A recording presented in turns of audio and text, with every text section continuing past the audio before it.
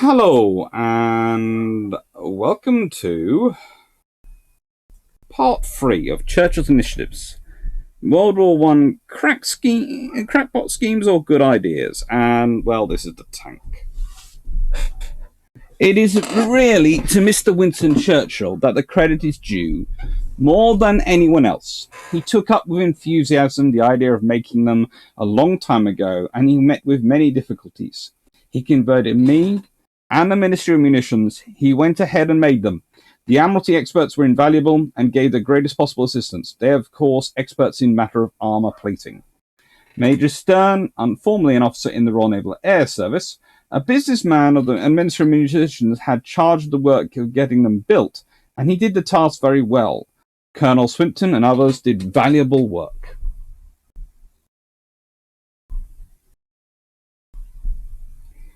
There aren't many things in the world which can be said to have changed warfare. Depending on the day, I will argue whether the tank has or has not, because the tank really is an evolution of cavalry. Heavy cavalry, but cavalry.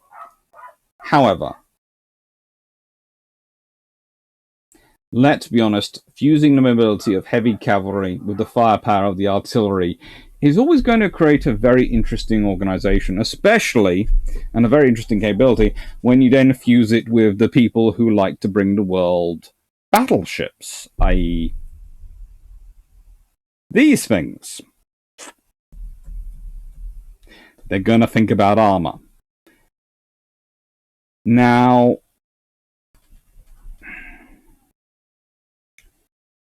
the actual story of the tank is quite sort of interesting. In that, in late 1914, a small number of various army officers are trying to talk the government into creating armoured vehicles.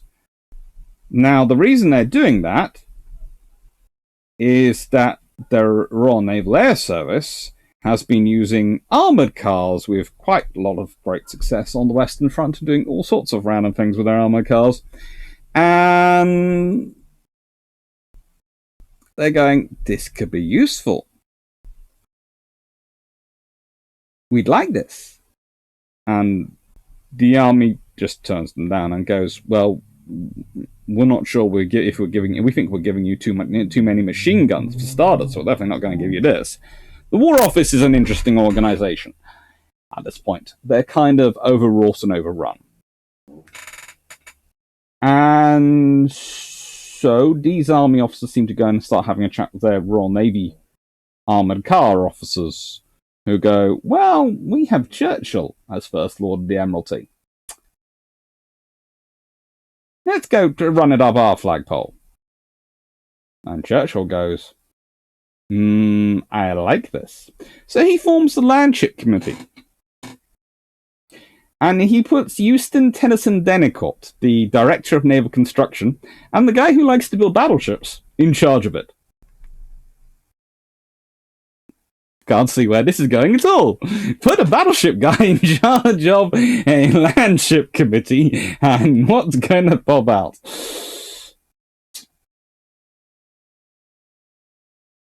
Two of the other members were naval officers. There were a number of naval industrialists engaged as consultants, and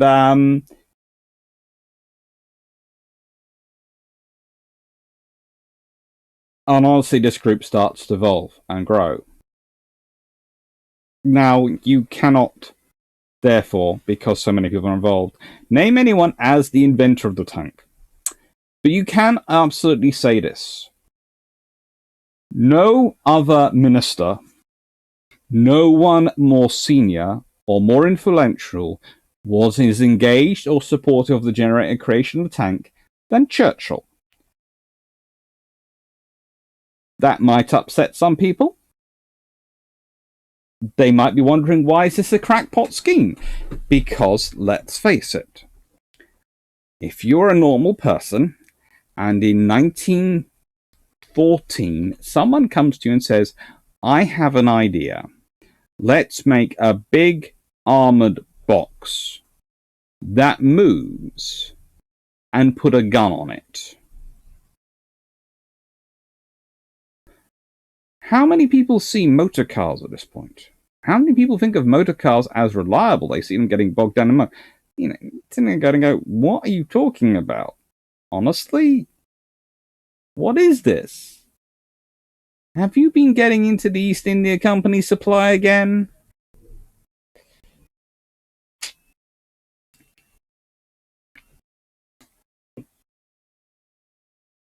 What's more interesting is the naval involvement in the tank development.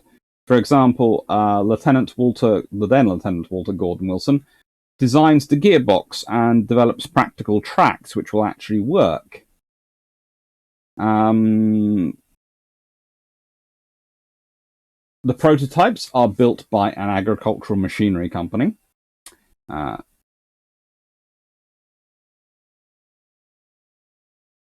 Owned by William Tritton. The company's actually called William Foster for some reason. No idea why.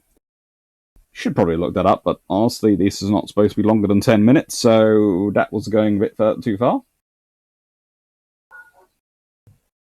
The designs are actually put together in the White Hart Hotel in Lincoln. That's just a cool bit of thing.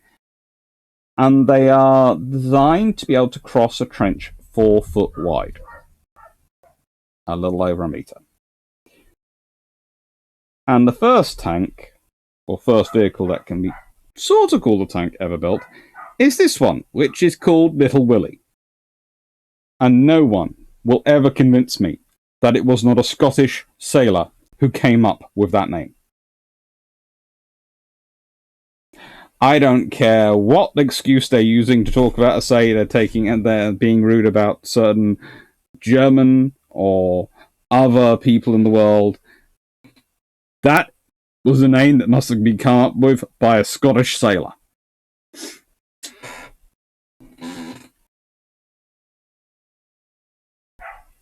In 1916, the next prototype comes along. It's called Mother. And remember, by this point, Churchill is out of the Admiralty.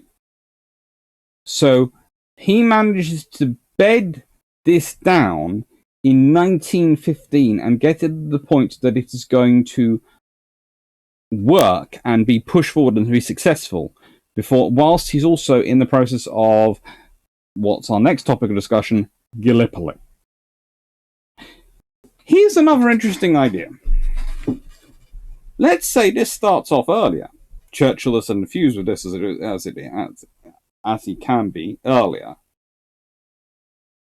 And you get these deployed to Gallipoli as part of the British assault.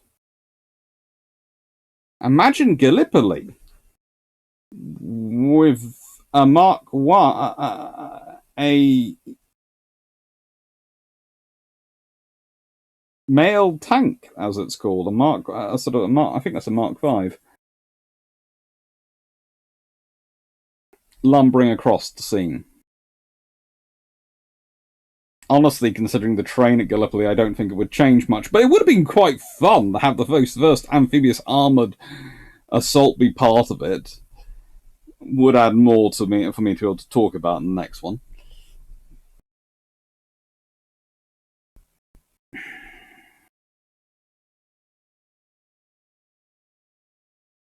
During World War I, Great Britain would produce 2,600 tanks of various types.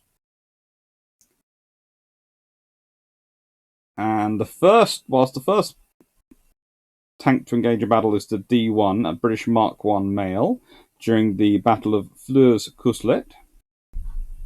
And the Mark I is a very interesting tank. It wouldn't have been a Mark V, it would have been a Mark I, of course, that would have gone to Gallipoli. A crew of 8, a combat weight of 31.4 tons, between 0.23 and 0.7 inches of armour, 2 6-pounder quick-firing guns and 3 Hotchkiss machine guns. And yes, before anyone asks, they are armed with naval guns.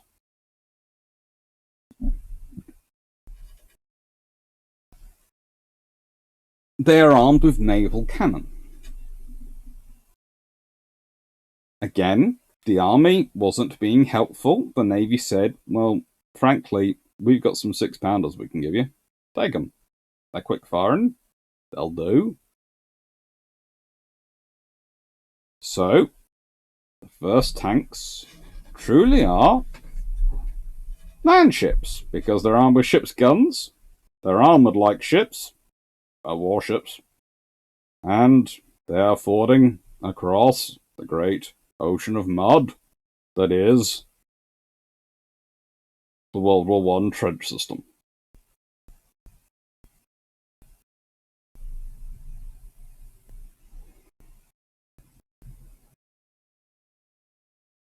And they're cute. Come on.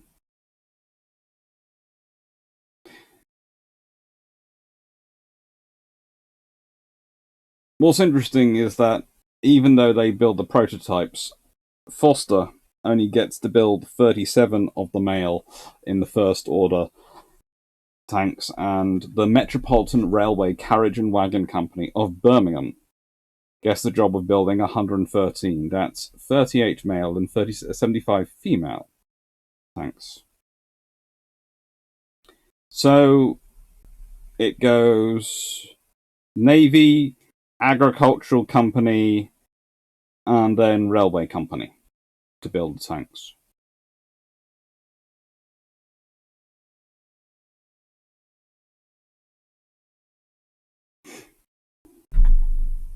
They're good though.